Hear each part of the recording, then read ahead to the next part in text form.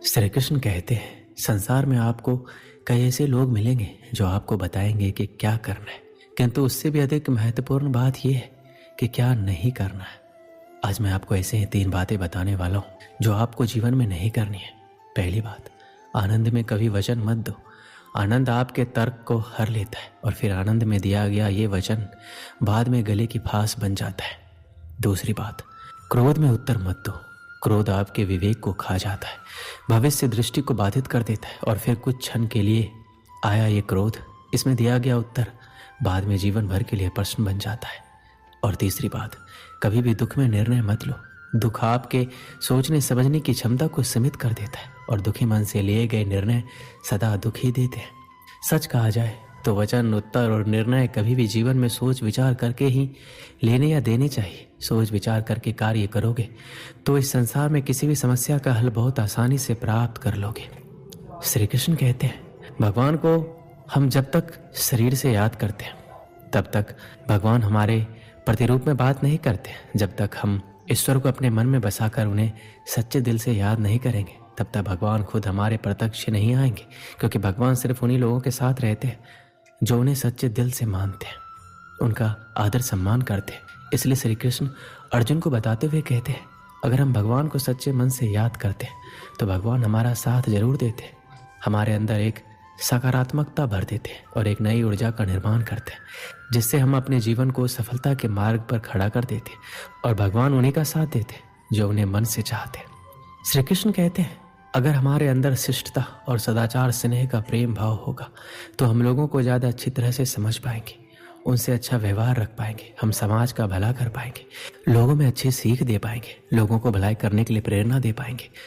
अगर हमारे अंदर सदाचार और प्रेम भाव की भावना होती है तो पूरी दुनिया हमारे साथ होती है, पूरी दुनिया हमारे लिए खड़ी रहती है, क्योंकि हम जितना ज़्यादा प्रेम भाव लोगों के प्रति रखेंगे उतना ही प्रेम भाव लोग हमें देंगे। प्रेम भाव से दुनिया का अस्तित्व है और प्रेम भाव से ही दुनिया का विनाश है। प्रेम भाव के बिना जीवन असंभव है, क्योंकि अगर लोगों के बीच प्रेम भाव नहीं होगा तो लोग एक दूसरे को कभी नहीं समझ पाएंगे, एक दूसरे में ईर्ष्या की भावना को पैदा करके इस पूरी सृष्टि का विनाश का कारण बनेंगे।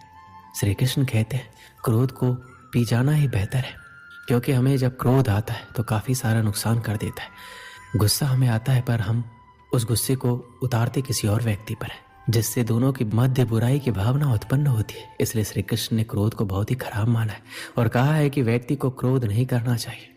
उसको अगर किसी बात पे क्रोध भी आ रहा है तो उस बात को वह शांतिपूर्वक सुने, समझे और उस परिस्थिति को देखकर उसमें सुधार करे, ना कि क्रोध करे।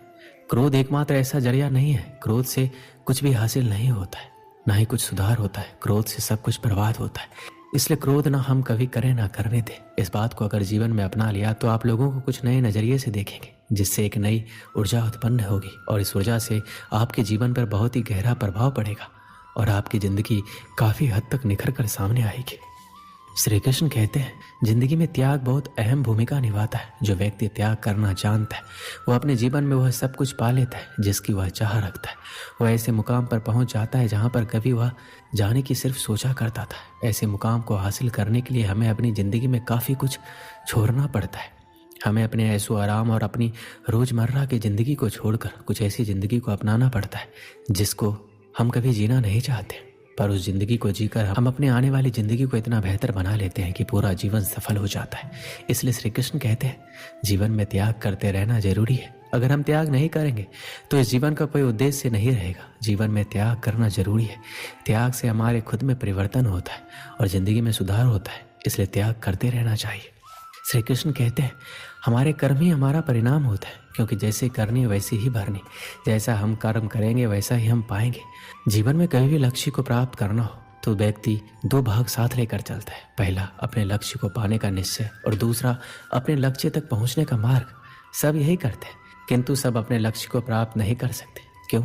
क्योंकि लक्ष्य न मिल पाने की स्थिति में व्यक्ति को कुछ बदलना होता है। कुछ अपना निश्चय बदल लेते हैं, कुछ अपना मार्ग। जो अपना मार्ग बदल कर प्रयास करते हैं उन्हें सफलता प्राप्त हो ही जाती है, किंतु अपना निश्चय बदलने वाले सफलता का स्वाद कभी नहीं चख पाते। इसलिए अपना निश्चय कभी मत बदलिए, क्योंकि निश्चय खो देने पर चंद्रमा भी पूर्णिमा के दिन ग्रहण पा जाता है। अपना निश्चय बनाए रखें, आपको सफलता अवश्य मिलेगी। श्री कृष्ण कहते हैं हमें अपने परिश्रम पर विश्वास रखना चाहिए। अगर हम अपने परिश्रम पर विश्वास रखेंगे तो हम कभी भी हार का सामना नहीं करेंगे। अगर हम अपने कर्म, परिश्रम, मेहनत पर अटूट विश्वास रखकर उसमें कायम रहेंगे तो हमें उससे बहुत अच्छे परिणाम मिलेंगे। वह परिणाम आपको जीवन जीने में बहुत आसान होंगे, क्योंकि एक परिश्रम ही है जो एक रंग को राजा बना देता है और राजा को रंग बना देता है। अगर आप परिश्रम और सही निर्देश और सही दिशा में काम करते तो जीवन में सफल होना पक्का ही है। पर अगर आप अपने परिश्रम पर विश्वास नहीं रखते तो उसमें आप धोखा करते हैं, तो आप याद रखना कि आप धोखा भी खुद के साथ कर रहे हो। इससे ना ही किसी और की ज़िंदगी बनेगी और ना ही कुछ होगा। आप धोखा करोगे तो खुद के लिए। इसलिए अपने परिश्रम पर इतना विश्वास रखें कि आप जो कर रहे हैं वह आपको एक ऐसा परिणाम दे जिसकी आपने कभी अपेक्षा नहीं की होगी। बहुत समय पहले की बात है, जंगल के किनारे एक छोटा सा गांव था। जंगल में जंगली जानवर बहुत अधिक मात्रा में थे, इसलिए गांव के लोगों को पेड़ पर चढ़ने का ज्ञान होना अति आवश्यक था, ताकि जंगली जानवरों से सामना होने पर वो पेड़ पर चढ़कर अपनी जान बचा सके। जो लोग जंगल में लकड़ियां काटने जाते थे उनके जंगली जानवरों से दो चार होने की अधिक संभावना थी, इसलिए वो लोग पेड़ पर चढ़ना अवश्य सीखते थे। उस गांव में एक बुजुर्ग सज्जन रहा करते थे। सब लोग उन्हें बाबा बुलाते थे। वो पेड़ पर चढ़ने की विद्या में माहिर थे और लोगों को पेड़ पर चढ़ने का प्रशिक्षण दिया करते थे। गांव के अधिकांश लोग उनसे ही प्रशिक्षण प्राप्त करने जाया करते थे। एक दिन बाबा ने उन युवकों के समूह को बुलाया जिन्हें वो पेड़ पर चढ़ने का प्रशिक्षण दे रहे थे। वह उस समूह के प्रशिक्षण का अंतिम दिन था। बाबा उन्हें एक पेड़ के पास ले गए। वह एक ऊंचा और चिकना पेड़ था जिस पर चढ़ना बेहद कठिन था।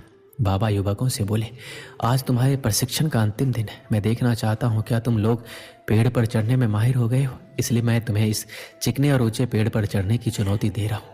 यदि तुम सब इस पेड़ पर चढ़ने में सफल रहते हो तो दुनिया के किसी भी पेड़ पर आसानी से चढ़ सकते हो। बाबा की बात सुनकर सभी युवक उत्साहित हो गए। वो पेड़ पर चढ़ने के लिए एक पंक्ति में खड़े हो गए। सबसे पहला युवक पेड़ पर चढ़ने लगा और बड़ी ही आसानी से पेड़ पर चढ़ा और फिर नीचे उतरने लगा। उतरते समय वह आधे रास्ते में था। तब बाबा बोले, सावधान, आराम से संभल कर उतरो, कोई जल्दी नहीं है।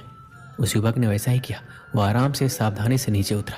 उसके बाद एक एक करके सारे युवक पेड़ पर चढ़ने लगे। जब वो पेड़ पर चढ़ते तब तो बाबा उन्हें कुछ नहीं कहते, लेकिन जब वो पेड़ से उतरते समय आधे रास्ते पर होते या बस नीचे पहुंचने वाले होते तो बाबा कहते हैं, सुनो, आराम से, थोड़ा संभल कर और पूरी सावधानी से उतरो, किसी प्रकार की कोई जल्दी नहीं है।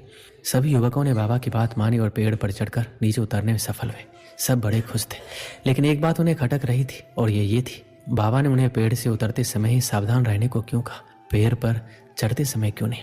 उन्होंने बाबा से पूछ लिया, बाबा, इस पेड़ की सबसे ऊपरी शाखा पर चढ़ना सबसे कठिन था, लेकिन आपने उस पर चढ़ते समय हमें संभल कर रहने को नहीं कहा। लेकिन पेड़ से उतरते समय जब जमीन की दूरी बहुत कम रह गई थी तब आपने हमें संभल कर और सावधान रहने को कहा, ऐसा क्यों। बाबा बोले, देखो, पेड़ की सबसे ऊपरी शाखा पर चढ़ना बहुत कठिन है, ये मैं भी जानता हूँ और तुम भी। इसलिए मेरे बिना बोले ही तुम पहले से ही सतर्क थे।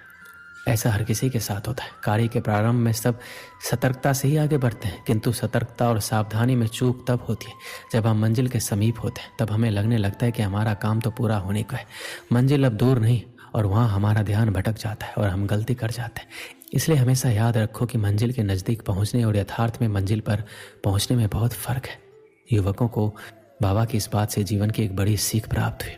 हमारे जीवन में भी कई बार ऐसा होता है, किसी काम को पूरा करने के कगार पर होकर भी हम उसे पूरा नहीं कर पाते। अंतिम क्षणों में कुछ गड़बड़ हो जाती है और हम पछताते रह जाते हैं। अंतिम क्षणों की जरा सी असावधानी से हमारा पूरा काम बिगड़ जाता है।